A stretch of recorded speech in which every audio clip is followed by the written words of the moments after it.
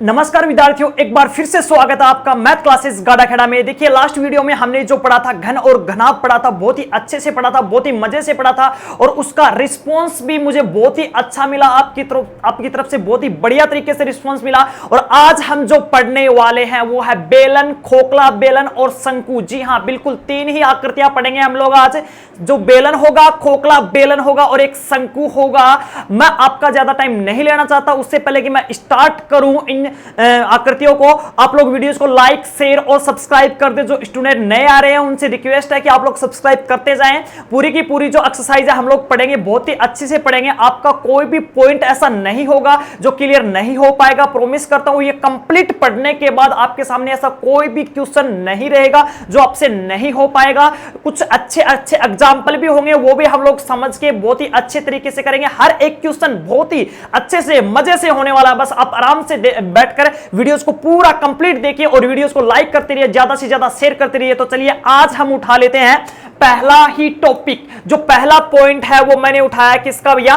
पहला ही पॉइंट है आज का, वो क्या अपने पास बेलन का है भैया। बेलन की बात कर रहे हैं तो सबसे पहले हमारे दिमाग में एक ही बात आनी चाहिए कि बेलन किस टाइप का होता है, किस टाइप की आकृति होती है। बेलन यानी कि लंबवर्तीय बेलन की बात कर रहा हूं मैं। किसकी बात कर रहा हूं? लंबवर्तीय बेलन की बात कर रहा हूं। तो आप लोग इसकी परिभाषा, सबसे पहले हम लोग परिभाषा लिख लेते हैं, उसके बाद हम इसको बनाना स्टार्ट करते हैं। देखिए अब हम इसकी परिभाषा लिख रहे हैं कि देखिए कि यदि किसी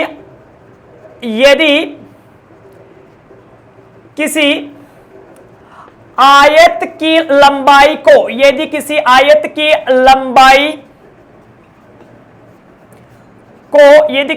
की लंबाई को स्थिर करके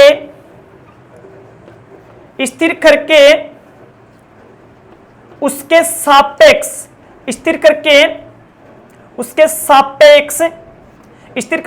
सापेक्ष आयत को चारों तरफ घुमा दिया जाए, चारों तरफ घुमा दिया जाए तो प्राप्त आकृति बेलन कहलाती है। तो प्राप्त आकृति बेलन कहलाती है। समझेंगे इस चीज को अच्छे से। देखिए दोबारा से देखिए मैंने क्या लिख दिया कि अपने पास एक आयत होगा। देखिए अपने पास क्या होगा? एक आयत होगा और हम उस आयत की लंबाई को स्थिर करेंगे। किसको स्थिर करेंगे? लंबाई को स्थिर करेंगे। और जो आयत है उसको उस लंबाई के सापेक्ष चारों तरफ घुमाएंगे। लंबाई के सापेक्ष क्या करेंगे? हम लोग चारों तरफ घुमा देंगे। लंबाई के सापेक्ष जब हम चारों तरफ घुमा देंगे तो हमारे पास प्राप्त जो आकृति होगी वो कैसी होगी भैया? प्राप्त आकृति कैसी होगी? बेलन होगी, बेलन कहलाएगी। जिससे हमारे पास बेलन बनेगा। अभी तक हमने लिखा है, देखिए अब हम इसको बनाना स्टार्ट करते हैं। अब हम इसको क्या करेंगे? बनाना स्टार्ट करते हैं। तो अपने पास कैसा होगा, बनाने की कोशिश करते हैं। यहां पे देखिए, यहां पे बना रहा हूं मैं। इस साइड मान लो कि मेरे पास, मान लो कि ये एक आयत है। मैंने क्या लिया? एक आयत ले लिया। ये आयत ले लिया, ठीक है। ये मैंने लिया, इसका एक आयत है। ये इसकी क्या होगी भैया? लंबाई होगी। ये वाली क्या होगी? इसकी लंबाई होगी। और ये वाली क्या होगी? इसकी चौड़ाई होगी। तो मैंने इसकी ये भुजा जो है, देखिए जो मैंने रेड कर दी है, ये वाली भुजा मैंने स्थिर की है। रेड जो किया मैंने भुजा, ये वाली भुजा जो मैंने स्थिर कर दी, जो कि लंबाई है, दिखाई दे रहा होगा, इसको मैंने स्थिर किया। इस कोने को पकड़ के मैंने चारों तरफ घुमाना स्टार्ट किया। जब मैंने इसको चारों तरफ घुमाना स्टार्ट किया तो ये अंदर से जाएगा। किस तरीके से घुमाएंगे? जैसे पंखा नहीं घूमता क्या, पंखा, वैसे इस कोने को पकड़ा और यूं घुमाते गए चारों तरफ। जो प्राप्त आकृति होगी अपने पास वो क्या होगा? वो एक आयत होगा। क्या होगा? आयत होगा। और ये जब घूम जाएगी कंप्लीट तो हमारे पास जो आकृति बनेगी वो इस टाइप की सी बनेगी। देखते रहना आपको आराम से। ये जो घूमने के बाद आकृति बनेगी अपने पास इस टाइप की सी आकृति बनेगी। बिल्कुल सेम ऐसा ही ऊपर बनने वाला है। देखिए बिल्कुल सेम ऐसा ही क्या बनने वाला है? ऊपर ऐसी ही आकृति हमारे पास ऊपर बनेगी। तो अब हमारे पास जो बने प्राप्त होगा वो क्या होगा? एक बेलन होगा। अब जो हमारे पास एक प्राप्त होगा वो क्या प्राप्त होगा? देखिए बेलन होगा। इस साइड्स को मिलाने पर प्राप्त आकृति क्या होगी? अपने पास बेलन होगी। हो सकता है मेरे से डायग्राम में न बन पाया हो अच्छे से, थोड़ा लेकिन ये कंप्लीट क्या होगा, बेलन होगा। देखिए अब मैं आपको एक आकृति दिखा देता हूं बेलन की, कि आकृति कैसी होगी। डायग्राम बना दिया मैंने बोर्ड पे, लेकिन समझने वाली बात यह है कि घुमाया तो ऊपर क्या बना अपने पास, अब ऊपर क्या बन गया, ऊपर वर्ताकार सिरा बन गया, और नीचे भी जो बना है वो क्या बना है, वर्ताकार सिरा है। तो हम लोग इसके लिए लिख सकते हैं क्या, वर्ताकार भाग। क्या लिख सकते हैं, वर्ताकार भाग। और नीचे वाले के लिए भी लिख दिया मैंने क्या, वर्ताकार भाग। ये दोनों की दोनों चीजें लिख दी मैंने। क्या लिख दिया, वर्ताकार भाग बनने वाले हैं ऊपर और नीचे। जब हम इस आकृति को देखने की बात करते हैं, मैंने बनाया है आपके लिए, तो ये रहा आपका बेलन। ये क्या आपके सामने एक बेलन है। देखिए इसमें जो आकृति है अपने पास सामने बोर्ड पे बनी है बिल्कुल सेम है, ये लंबवर्तीय बेलन है। इसमें देखिए जो ऊपर का हिस्सा मैं आपको दिखाऊं तो ये देखिए आपको दिखाई दे रहा है, एक ऐसा वर्ताकार है, और नीचे का जो हिस्सा है वो भी कैसा है, वर्ताकार ही है। नीचे का जो हिस्सा है वो भी कैसा है, वर्ताकार ही है। अब हम देख लेते हैं कि इसमें क्या क्या होता है। ये मैंने आकृति दिखा दिया है, दोबारा से काम में लेंगे जब इसके लिए हम लोग फॉर्मूले निकालेंगे तो दोबारा से काम में लेंगे। तब तक मैं इसको आराम से रख देता हूं, आपको आराम से बैठ के देखना है। तो हमारे पास ये जो होगी लंबाई वो क्या होगी, अपने पास बेलन की ऊंचाई का काम करेगी, बेलन का लंबाई का काम करेगी या ऊंचाई का काम करेगी, एक ही बात होती है। अब हमारे पास जो बच गया वो क्या है, ये नीचे का सिरा मैंने बताया था कि भैया वर्ताकार होगा, तो जो आयत की चौड़ाई थी वो क्या बन गई, अपने पास त्रिज्या बन गई। मैं इसे कैपिटल स्मॉल आर से डिनोट करता हूं, ये ऊपर वाला भी स्मॉल आर से ही डिनोट करूंगा। क्यों, क्योंकि जितना वर्ताकार भाग नीचे वाला होगा उतना ही वर्ताकार भाग ऊपर वाला होगा, अर्थात दोनों ही सिरे वर्ताकार होंगे। बेलन के जो दोनों ही सिरे होते हैं वर्ताकार ही होते हैं। मैंने आपके सामने बेलन बना के दिखाया है, ठीक है, यहां तक सब कुछ ठीक था। अब बात आती है कि हम इसके फॉर्मूले क्रिएट करते हैं, फॉर्मूले बनाते हैं, लेकिन उससे पहले हम लोग एक बार फिर से डेफिनेशन को देख लेते हैं। इसने क्या बोला कि यदि किसी आयत, यानी कि सबसे पहले हमें जो लेना है एक आयत लेना है, तो जब हमने बनाया था तो एक आयत लिया था या नहीं लिया था, हाँ, तो बताना कमेंट करके। उसके बाद मैंने क्या किया कि उसकी लंबाई को स्थिर कर दिया। तो हमने क्या किया था, इस लंबाई को स्थिर किया था, जो मैंने रेड मार्किंग कर रखी है, जो मैंने रेड मार्किंग कर रखी है, उस लंबाई को क्या किया था, स्थिर किया था। तो स्थिर करके हमने क्या किया कि उसके सापेक्ष, किसके सापेक्ष भैया, लंबाई के सापेक्ष की बात कर रहा है। उसके सापेक्ष मतलब किसके सापेक्ष, लंबाई के सापेक्ष। किसको घुमा दिया, आयत को चारों तरफ घुमा दिया जाए तो प्राप्त आकृति जो होती है वो क्या कहलाती है, बेलन कहलाती है। प्राप्त आकृति क्या कहलाती है भैया, बेलन कहलाती है। और जो बेलनाकार डायग्राम है, बेलनाकार चित्र है जो आपके सामने बोर्ड पे बना हुआ है, देखिए ये अपने पास क्या है, बेलनाकार जो है आकृति है। अब हम इसके बात कर लेते हैं फॉर्मूलों की। तो फॉर्मूलों में सबसे पहले इसका क्या आता है, वक्र पृष्ठीय क्षेत्रफल, संपूर्ण पृष्ठीय क्षेत्रफल, और एक होता है आयतन। एक क्या होता है इसमें, आयतन। तो एक दिमाग में एक बात आई होगी आपके दिमाग में क्या कि सर इसमें प्रत्येक पृष्ठ पुरुष नहीं होता क्या, भैया इसमें पृष्ठ होते हैं, दो पृष्ठ इसके वर्ताकार होते हैं, एक जो होता है वो वक्राकार भाग होता है। वक्राकार मतलब मुड़ा हुआ भाग होता है, तो वो इसमें पृष्ठ का इतना इंपॉर्टेंस नहीं है, वो घन और घनाभ में ही इंपॉर्टेंस है। उस चीजों को छोड़िए, यहां जो इंपॉर्टेंट चीजें हैं वो ही लेनी है अपने को, इंपॉर्टेंट चीजों की बात कर रहा है। अब हम चलते हैं इसके लिए क्या बना रहे हैं, इसके लिए फॉर्मूलाज बना रहे हैं, फॉर्मूले बनाते हैं। तो हमें सबसे पहले जो फॉर्मूला आता है, इस बॉक्स में बंद कर रहा हूं, एक एक 1 बाय 1 हम लोग नोट करते जाएंगे, या फिर मैं इस परिभाषा डेफिनेशन को हटा देता हूं और यहां पे हम लोग फॉर्मूलों को लिख लेते हैं कि कैसे कैसे फॉर्मूले आएंगे। फॉर्मूले डायरेक्ट नहीं लिखा रहा भैया, हर एक चीज समझा रहा हूं, खोल खोल के समझा रहा हूं। सिर्फ आपको आराम से बैठ के वीडियो देखना है, कुछ भी नहीं करना है। अब देखिए जो सबसे पहला ही इसमें पॉइंट आता है वो कौन सा था कि बेलन का वक्र पृष्ठीय क्षेत्रफल, बेलन का वक्र पृष्ठीय क्षेत्रफल। देखिए वक्र को वह लिख दिया और पृष्ठीय को प्र लिख दिया, शॉर्टकट में क्षेत्रफल। ये कैसा होता है, कितना होता है, बात करते हैं। बेलन का वक्र पृष्ठीय जो क्षेत्रफल होता है वो 2πr(h) होता है। ये तो आपको बुक के अंदर भी मिला हुआ, लिखा हुआ मिल जाएगा, किसी ना किसी बुक के अंदर भी लिखा हुआ मिल जाएगा, लेकिन यही क्यों होता है उसकी बात करते हैं। तो देखिए वक्र पृष्ठीय की जब बात आती है उसका मतलब क्या होता है भैया, वक्राकार भाग, वक्राकार भाग का क्षेत्रफल, भाग का क्षेत्रफल। वक्राकार भाग का मतलब क्या होता है, मुड़ा हुआ भाग, मुड़ा हुआ भाग, और मुड़ा हुआ भाग का मतलब क्या होता है भैया, मुड़े का मतलब होता है गोलाकार भाग, यानी कि गोला, गोलाकार भाग का क्षेत्रफल की बात कर रहा है, ये गोलाकार भाग के क्षेत्रफल की बात कर रहा है। लेकिन अब अपने सामने जो क्वेश्चन आता है इसका निकालने से पहले तो अपने को, चलो इसको लिख देता हूं मैं एक सेकंड के लिए, देख लो कि 2 पाई आर एच होता है, इसका पूरा रीजन मिलेगा आपको, क्यों होता है, कैसे होता है, कब होता है। ये मेरे पास एक बेलन है, ठीक है, ये मेरे पास क्या है, एक बेलन है। आपको समझना है अच्छे से, आपको क्या करना है, समझना है।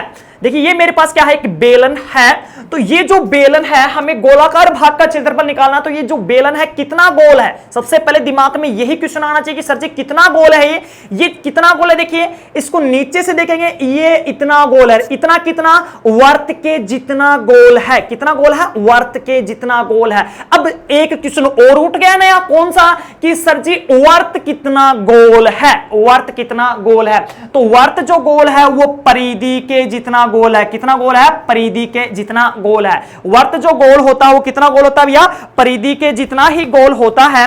और परिधि कितनी गोल होती है, बात करते हैं परिधि की, तो उस चीज को भी समझेंगे हम लोग, परिधि कितनी गोल होती है।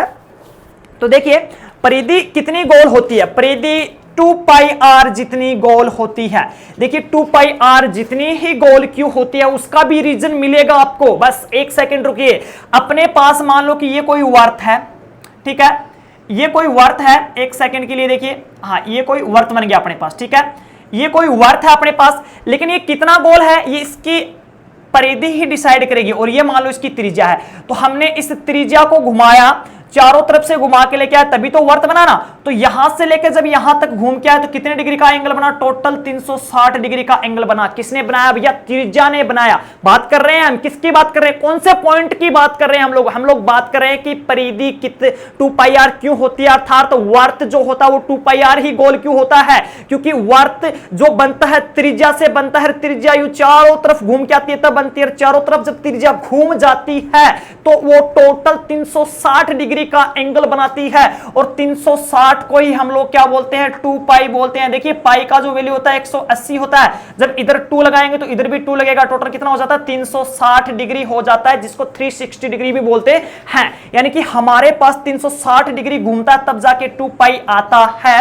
अब देखिए 2 पाई तो आ गया, लेकिन किसने बनाया, ये त्रिज्या ने बनाया, तो 2 पाई आर मिल गया रीजन कि वर्त कितना गोल होता है, 2 पाई आर जितना गोल होता है। यहां तक तो ठीक था सर जी, लेकिन बात किसकी चल रही थी, बात जो चल रही थी अपने पास क्षेत्रफल की बात चल रही थी। कौन से क्षेत्रफल, वक्र पृष्ठीय क्षेत्रफल की बात चल रही थी। और जो वक्र पृष्ठीय क्षेत्रफल था ना वो देखिए इस डायग्राम से समझने को मिलेगा। ये कितना गोल है, 2 पाई आर गोल है या नहीं है, 2 पाई आर अभी निकाला मैंने आपके सामने, क्या 2 पाई आर गोल है। लेकिन सर जी है कहां तक, ये देखिए यहां तक इसकी ऊंचाई कितनी है, h है, ये आपके सामने इसकी ऊंचाई कितनी है, h है। तो जब हम लोग इस 2 पाई आर, ये गोल है लेकिन ये गोलाई कहां तक जा रही है, h तक जा रही है, तो हमारे पास जो वक्र पृष्ठीय क्षेत्रफल होगा कितना होगा, 2 पाई आर h होगा, जो ये रहा और मैंने यहीं से यहां लिखा है। शायद हर एक बात का आंसर मिल गया होगा आपको कि 2 पाई आर h ही क्यों होता है, क्योंकि जो 2 पाई आर h इसलिए होता है,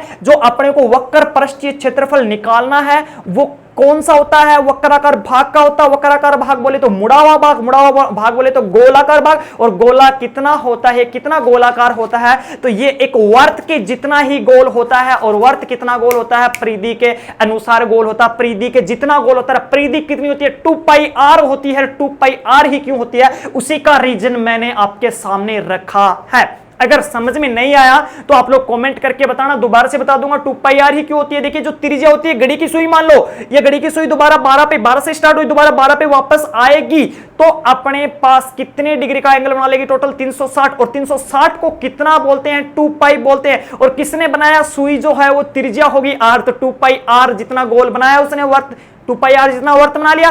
2 पाई आर जितना वर्त बनाने के बाद और कहां तक था, ये h हाइट तक था। देखिए हाइट कितनी ली थी हमने, h ली थी, तो हमने क्या ले लिया, स्मॉल h। तो गुणा करते हमारे पास क्या आ जाता है, वक्र पृष्ठीय क्षेत्रफल आ जाता है। तो इस चीज का रीजन मिल गया होगा आपको। इतनी रामायण नहीं पढ़नी है, ये सिर्फ आपको हर एक पॉइंट क्लियर करने के लिए था, क्योंकि हमारा जो टारगेट है वो सिर्फ पढ़ाना ही नहीं है, हमारा जो टारगेट है आपको सिखाना, हर एक पॉइंट सिखाना। तो यहां तक अपने पास वक्र पृष्ठीय क्षेत्रफल ही निकल पाया है। अब हम देखिए आगे बढ़ा लेते हैं 2 पाई आर एच, यहां तक तो हो गया, कोई बड़ी बात नहीं थी। अब अपने पास आता है देखिए संपूर्ण पृष्ठीय क्षेत्रफल की बात कर लेते हैं। तो जो अपने पास है देखिए बेलन का संपूर्ण पृष्ठीय क्षेत्रफल, बेलन का संपूर्ण पृष्ठीय क्षेत्रफल की बात कर लेते हैं। तो बेलन का जो संपूर्ण पृष्ठीय क्षेत्रफल है, अच्छा मैंने संपूर्ण पृष्ठीय क्षेत्रफल आपको बताया था, क्या बताया था कि भैया वक्राकार भाग का क्षेत्रफल, क्या क्या बताया था, देखिए वक्राकार भाग का क्षेत्रफल और प्लस शेष भाग का क्षेत्रफल, ये चीजें बताई थी या नहीं बताई थी। तो वक्राकार जो भाग है उसका क्षेत्रफल कितना भैया 2 पाई आर एच है सर जी, कितना है 2 पाई आर एच है सर जी। ये प्लस का है तो हमने क्या लगा दिया, प्लस ही लगा दिया। अब शेष भाग कितना बच गया, देखिए दोबारा से हमारी आकृति उठाते हैं, दोबारा से हमारी आकृति उठाते हैं। शेष कौन सा बच गया, इसका तो हो गया वक्राकार भाग का, ऊपर वाले का बच गया। ऊपर वाला कौन है भैया, कैसा सिरा है ऊपर वाला, वर्ताकार सिरा है। देखिए हमने यही देखा था कैसा है वर्ताकार, और वर्ताकार क्षेत्रफल कितना होता है भैया पाई आर स्क्वायर। ये ऊपर वाले की ही बात हुई है, एक ऐसा ही बिल्कुल सेम ही पार्ट नीचे भी है सर जी।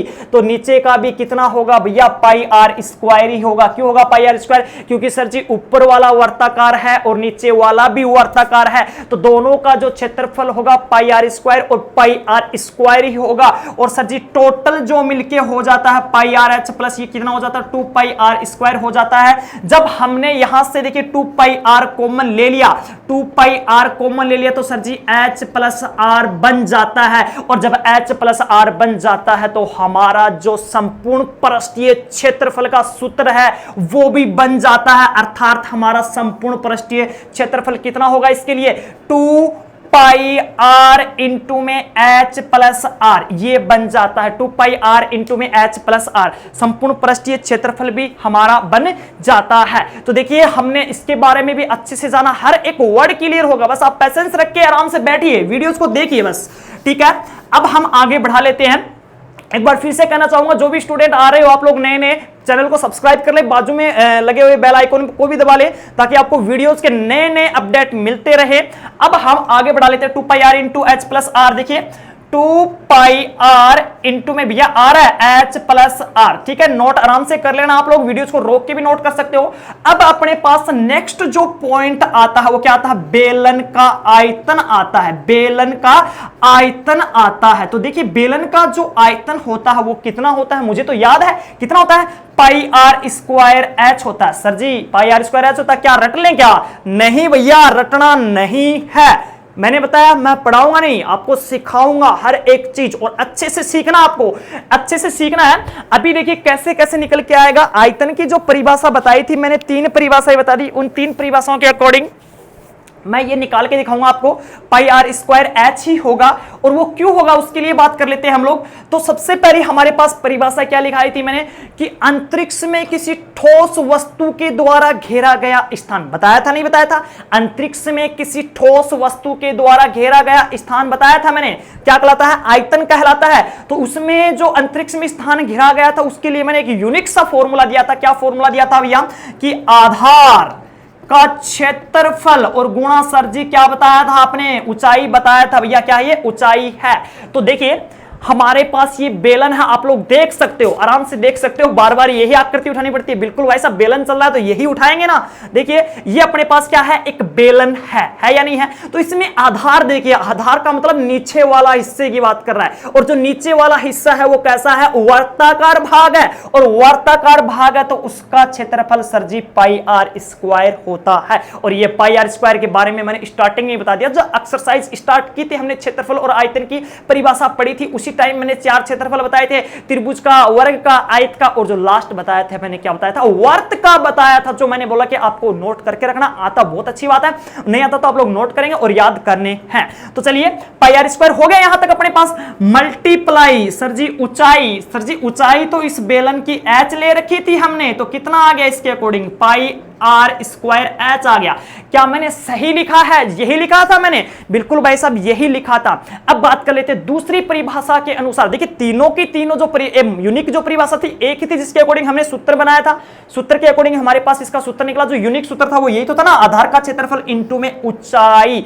अब मैं बता रहा हूं दूसरा जो एग्जांपल के अनुसार बताया था कि किसी वस्तु के द्वारा हटाए गए पानी की मात्रा। देखिए ये अपने पास ठोस वस्तु है, हमें नहीं पता क्या है, बेलन है क्या नहीं पता, लेकिन अगर मेरे पास कोई पानी का तालाब भरा हुआ, मैंने उसमें डुबोया, फिर कोई बाल्टी भरी हुई है, मैंने उसको डुबोया स्टार्टिंग में, तो सबसे पहले जो हिस्सा टिकेगा वो नीचे नीचे वाला टिकेगा, और ये नीचे नीचे वाला हिस्सा टिकेगा तो ये कितना पानी हटाएगा, अपने हिस्से के बराबर ही हटाएगा। और ये अपना हिस्सा कितना हिस्सा है भैया, अपना हिस्सा जो है वो वर्त का हिस्सा ही है, अर्थात वर्त का क्षेत्रफल है वो कितना है, पाई आर स्क्वायर। यानी कि ये जो नीचे का वर्ताकार सिरा है अपने क्षेत्रफल के जितना ही पानी हटा पाएगा, तो कितना पानी हटाएगा, सबसे पहले पाई आर स्क्वायर हटाएगा। और जब मैं इसको धीरे धीरे डुबोता जाऊंगा तो पानी ऊपर तक आता रहेगा आता रहेगा आता रहेगा, कंप्लीट कितना कब डूब जाता है, जब यहां तक आ जाएगा तब डूब जाएगा। और यहां तक टोटल कितनी ऊंचाई है, ये जो टोटल ऊंचाई सर जी आपने माना है वो कितना माना है, एच, तो उससे हम लोग क्या कर देंगे, मल्टीप्लाई कर देंगे,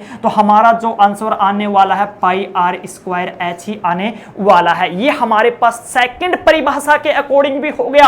अब बात करते हैं थर्ड जो परिभाषा लिखाई थी मैंने, क्या कि किसी पात्र के अंदर भरे जाने वाले तरल पदार्थ की मात्रा, मान लो कि अंदर से खोखला कर दिया, ये एक पिप्पा टाइप है, एक टिन टाइप है, सबसे पहले मैंने इसमें तरल पदार्थ डाला, मान लो घी तेल जो भी डाल रहे हो आप डाल दो, बस रुको मत, मैंने इसके अंदर डाला, सबसे पहले पानी ही डाला, क्योंकि लॉकडाउन चल रहा भैया, वैसे ही महंगा, ये कहां से घी डालोगे, तो आप लोग क्या करेंगे, पानी ही डाल लो इसके अंदर। तो मैंने क्या किया, पानी ही डाला, तो पानी डाला तो सबसे पहले जो पानी फैला वो कहां फैलेगा, इसके पेंदे में फैलेगा ना, पेंदे में, और पेंदा कैसा है, इसका वर्ताकार है, कैसा है, वर्ताकार है, और वर्त का जो क्षेत्रफल होता है कितना होता है, पाई आर स्क्वायर ही होता है। देखिए आपके सामने लिखा मैंने कितना होता है, पाई आर स्क्वायर ही होता है, और मल्टीप्लाई हम डालते जाएंगे, कब जाके ये फुल हो जाएगा, कब जाके इसमें टोटल भर जाएगा, यहां तक पानी आ जाएगा तब, और यहां तक आ जाएगा तो कहां कितना आएगा, यहां से लेके यहां तक भर गया, यहां से लेके यहां तक भर गया, मतलब टोटल कितना है, ऊंचाई सर जी एच की बात कर रहे हो आप, मुझे पता चल गया सर जी, तो पाई आर स्क्वायर एच। देखिए तीनों परिभाषाओं के अकॉर्डिंग हमने आयतन निकाला, कितना है, पाई आर स्क्वायर एच ही आया। आप लोग कोई भी एक के अकॉर्डिंग निकालें, ज्यादा माथापच्ची न करें। वैसे मैंने तीनों की तीनों समझाएं, जिसको तीनों के तीनों समझ में आते, तीनों की तीनों अच्छे से समझ पाते हो, बहुत ही बेस्ट बात है। लेकिन कुछ स्टूडेंटों के एक या दो टाइप से घुस नहीं पाता है दिमाग में, इसलिए मैंने तीनों ही क्लियर कर दिया आप लोगों को। किसी भी टाइप से पढ़ेंगे लेकिन आंसर रिजल्ट वो ही आएगा, ठीक है। तो हमारे पास जो आयतन का फॉर्मूला है पाई आर स्क्वायर एच हो गया। इन चीजों को मैं नीचे वाले को मिटा देता हूं, जो मेन जो है अपना काम यहां से है, ये आप लोग बार बार नोट करके देखते जाएंगे, ठीक है। यहां तक अपने पास बेलन का हो गया, बेलन का काम हो गया यहां तक। इसके बाद जो नेक्स्ट आकृति आती है वो अपने पास आती है खोखले बेलन की। तो मैं अब इसको मिटा के खोखला बेलन स्टार्ट करता हूं कि खोखला बेलन कैसा होता है। देखिए खोखले बेलन की बात करते हैं हम, तो खोखले बेलन में देखिए इसी टाइप का होता है बेलन टाइप का, लेकिन बस वो खोखला होता है। तो देखिए ये हमारे पास मान लिया कि एक बेलन है, ये हमारे पास एक बेलन है। एक मिनट के लिए भैया बेलन बना लेते हैं हम लोग।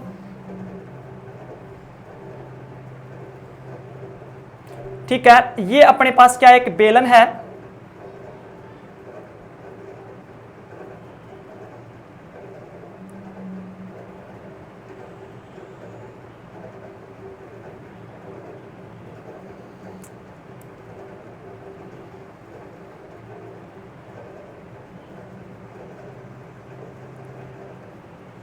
ये देखिए खोखला बेलन है, ठीक है। जो खोखला बेलन होगा वो अंदर से खोखला होगा, बस इतना सा ही फर्क होगा, ठीक है। इस चीज को ध्यान में रखना है। खोखला बेलन जो होगा वो अंदर से खोखला होगा, नीचे भी बिल्कुल सेम ही कंडीशन में मिलेगा। खोखला बेलन जो होगा वो खोखला होगा, ठीक है। ये भी इधर से ठोस पार्ट मिलेगा आपको, देखिए इधर से आपको ठोस पार्ट ही मिलेगा, ये इधर से ठोस पार्ट ही मिलेगा। तो खोखले बेलन की जब बात करते हैं हमारे पास ये क्या होता है, खोखला बेलन ही होता है। अगर मैं आपके लिए एक अच्छा सा एग्जांपल उठाऊं तो देखिए ये उठा लेते हैं हम लोग एग्जांपल, ये एग्जांपल उठा लिया। देखिए ये जो है अपने पास, देखिए नीचे का भी हटा देता हूं तो मेरे पास क्या बनेगा, खोखला बेलन ही बनेगा। आपके सामने आकृति देख सकते हो, ये देखिए अंदर से खोखला है या नहीं है, बिल्कुल है अंदर से खोखला। और ये जो पार्ट है वो ठोस वाला पार्ट है, और ये क्या है, बाह्य वक्राकार भाग है, बाह्य वक्राकार भाग है। बस इसमें ये लगा हुआ भैया, इसको भी हटा देंगे तो हमारे पास क्या बनेगा, एक खोखला बेलन ही बनेगा। ये आपके सामने मैंने आकृति दिखा दी है। इसके बारे में बात कर लेते हैं कि कैसा कैसा होगा। इसमें सबसे पहले तो अपने पास दो त्रिज्याएं होंगी भैया, एक तो आंतरिक त्रिज्या होगी जिसको हमने आंतरिक त्रिज्या क्या ले लिया, R R1 ले लिया, एक क्या होगी यहां से लेके यहां तक होगी, जिसको हमने क्या ले लिया बाह्य त्रिज्या, तो क्या होगी R2 से डिनोट कर दिया। और ऊंचाई तो कितनी होनी है भैया इसकी h ही होनी है, ऊंचाई कितनी होनी है इसकी h ही होनी है।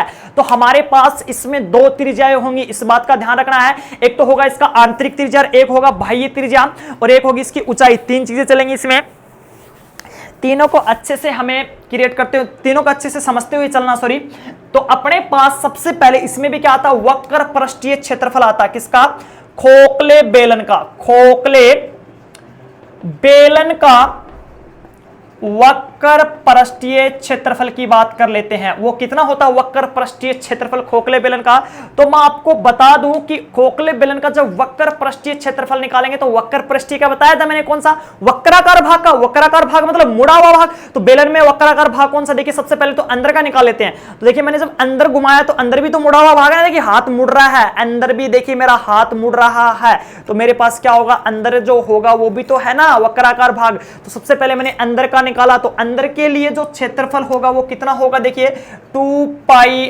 r h होगा, लेकिन r जो अंदर वाले के लिए क्या होगी, आंतरिक त्रिज्या होगी, वो कौन सी होगी भैया, R1 होगी, प्लस और बाहर के लिए क्या निकालेंगे, वक्र पृष्ठीय तो 2 पाई r h ही होना है, लेकिन बाहर के लिए बाह्य त्रिज्या यूज हो जाएगी, तो उसके लिए कितना आएगा, 2 पाई r2 h हो जाएगा। और यहां से भैया 2 पाई h देखिए कॉमन आ रहा है, तो टोटल कितना बच गया, R1 प्लस R2। ये मेरे पास खोखले बेलन का वक्र पृष्ठीय क्षेत्रफल का जो सूत्र है वो बन गया है। मैं आपको एक बार फिर से रिपीट कर देता हूं, क्या होगा कि अंदर वाला कितना होगा, 2 पाई r h होगा, सॉरी 2 पाई r h नहीं होगा, क्योंकि अंदर वाले के लिए आंतरिक त्रिज्या काम करेगी, और आंतरिक त्रिज्या कितनी है, R1 है, और बाहर के लिए R2 त्रिज्या काम करेगी, जो हम R2 के अकॉर्डिंग निकालेंगे, फिर 2 पाई h कॉमन लेंगे तो कितना आएगा, R1 प्लस R2 आ जाएगा। यहां तक सब कुछ ठीक था। अब हम लोग ले रहे हैं इसका संपूर्ण पृष्ठीय क्षेत्रफल, क्या लेंगे, खोखले बेलन का संपूर्ण पृष्ठीय क्षेत्रफल की बात करते हैं। संपूर्ण पृष्ठीय क्षेत्रफल पहले निकाल के दिखाता हूं, फिर डायरेक्ट ही आप लोग इसमें क्या कर लेना, हमें लिख लेना है। संपूर्ण पृष्ठीय क्षेत्रफल कैसे निकालेंगे, संपूर्ण पृष्ठीय क्षेत्रफल निकालने के लिए देखिए सबसे पहले तो क्या था अपने पास, वक्र पृष्ठीय क्षेत्रफल और प्लस शेष भाग का क्षेत्रफल। वक्र पृष्ठीय कितना आ चुका अपने पास, देखिए ये रहा 2 पाई h इंटू में R1 प्लस R2 प्लस शेष भाग का क्षेत्रफल की बात करा। शेष भाग कितना भी है इसका, शेष भाग देखिए, शेष भाग खोखले में कितना बचेगा, देखिए ये अंदर शेष तो खोखला है ही, शेष भाग कौन सा बचेगा, ये पट्टी टाइप सी बचेगी, ये पट्टी टाइप। तो ये जो पट्टी है हम लोग इसको अच्छे से दर्शाएं तो देखिए ये वाला तो नीचे का हिस्सा होगा और एक ये वाला होगा। ये वाली पट्टी की बात कर रहा है, अगर बड़े बड़े अक्षरों में दर्शाए तो इस वाली पट्टी का बात कर रहा है ये, ठीक है। इस पट्टी का क्षेत्रफल कैसे निकल सकता है, तो देखिए ये तो अपने पास त्रिज्या हो गई R2 और ये वाली होगी छोटी वाली R1 होगी। तो ये वर्ताकार सिरा ही है, लेकिन बड़े वाले वर्त में से छोटे वाला वर्त हटा दे, छोटे वाला वर्त हटा दे, मतलब यहां से ये वर्त इतना तोड़ के हटा दो तो मेरे पास ये पट्टी का क्षेत्रफल आ जाए ना। हटाने का मतलब घटाना, हटाना मतलब घटाना, सिंपल सी बात है। तो अपने पास कितना हो गया, बड़े वाले वर्त में से छोटे वाला वर्त हटाना, हटाना मतलब घटाना। तो बड़े वाला वर्त का क्षेत्रफल कितना होता है भैया, पाई R2 का स्क्वायर, और छोटे वाले वर्त का कितना होगा, पाई R1 का स्क्वायर। तो हमें क्या करना, घटाना, घटाना मतलब माइनस है, माइनस है, यही तो होगा ना। तो अपने पास क्या आएगा, पाई R2 का स्क्वायर माइनस पाई R1 का स्क्वायर। लेकिन ध्यान रखना है, ये तो मैंने एक हिस्से का ही निकाल के दिखाया नीचे वाले का, ऐसा ही अपने पास ऊपर वाला भी तो हिस्सा है ना। तो ऊपर वाला निकालने की बजाय हम लोग यहीं पे 2 से मल्टीप्लाई कर देते हैं। यहीं पे हमने क्या किया, 2 से मल्टीप्लाई कर देते हैं, क्योंकि सेम ही हिस्सा रहेगा। क्या रहेगा, सेम ही हिस्सा रहेगा। तो यहां से मेरे पास जो रिजल्ट आया 2 पाई h इंटू में R1 प्लस R2 प्लस यहां से देखिए 2 पाई कॉमन आ गया तो कितना आ गया, R2 का स्क्वायर माइनस R1 का स्क्वायर। और थोड़ा आगे बढ़ाते हैं, 2 पाई h इंटू में R1 प्लस R2 प्लस यहां से देखिए 2 पाई की जगह 2 पाई है, a का स्क्वायर माइनस b का स्क्वायर का फॉर्मूला लगा, a प्लस बी और इंटू में a माइनस बी। यहां तक भी हो गया। अब हमारे पास देखिए एक बहुत इंटरेस्टिंग चीज आ रही है, 2 पाई कॉमन आ रहा है सर जी, R1 प्लस R2 कॉमन आ रहा है, 2 पाई और R1 प्लस R2, तो हमने क्या कॉमन ले लिया, 2 पाई कॉमन ले लिया, एक ले लिया R1 प्लस R2 कॉमन ले लिया, तो यहां से जो बच के आता अपने पास H प्लस, और यहां से ये वाला ब्रैकेट बच जाता जो R2 माइनस R1 है, और ये ब्रैकेट बच जाता है, यही क्या बन जाता है, अपना फॉर्मूला बन जाता है किसका, संपूर्ण पृष्ठीय क्षेत्रफल का फॉर्मूला बन जाता है। आप लोग अगर इस चीज को दोबारा से रिपीट करके देखना चाहते हो तो वीडियोज को बैक करके थोड़ा सा दोबारा से देख ले कि क्या क्या मैंने बताया है। तो हमारे पास इसका जो अपने पास फॉर्मूला बन जाता है, कितना बन जाता है, 2 पाई इंटू में R1 प्लस R2 और इंटू में H plus R2 minus R1, ये मेरे पास जो है वो फॉर्मूला बन जाता है किसका, खोखले बेलन के संपूर्ण पृष्ठीय क्षेत्रफल का जो सूत्र है वो ये बन जाता है। यहां तक अपने पास इसका भी आ गया। अब बात कर लेते हैं इसके आयतन की, तो क्या आता है अपने पास आयतन, खोखले बेलन का आयतन, खोखले बेलन का जो आयतन होता है भैया पाई आर स्क्वायर होता है, तो ये क्या, सॉरी खोखले बेलन का नहीं, बेलन का आयतन होता है पाई आर स्क्वायर एच होता है, लेकिन खोखला बेलन होगा तो उसमें 2 त्रिज्याएं होंगी, तो आपको सोचने की जरूरत नहीं पड़ेगी, तो इसको पाई आर 2 का स्क्वायर एच और minus pi r 1 square h, ये ऐसे कर सकते हैं। इसमें से हम लोग कॉमन लेंगे, पाई एच कॉमन लेंगे तो कितना आ जाएगा, आर 2 का स्क्वायर माइनस आर 1 का स्क्वायर, और ये एच आगे कॉमन ले चुके हैं, या फिर इसको डायरेक्ट भी लिख सकते हैं कैसे, ऐसे समझने के लिए पाई आर 2 का स्क्वायर माइनस पाई आर 1 का स्क्वायर इनटू में एच, ये दोनों की दोनों त्रिज्याएं घट के आ जाएंगे और बाजू में एच लग जाएगा, ठीक है। ये अपने पास आयतन का भी फॉर्मूला हो जाता है, और इस खोखले बेलन में हमारे पास इतनी ही चीजें होती हैं। अब हम नेक्स्ट वीडियो में पढ़ेंगे, हम लोग शंकु पढ़ेंगे और गोला पढ़ेंगे, फिर खोखला गोला पढ़ेंगे। तब तक के लिए आप लोग आराम से घर पे बैठ के वीडियोस को देखते रहे और आपका रिस्पॉन्स ऐसे ही मिलता रहे। तब तक के लिए धन्यवाद।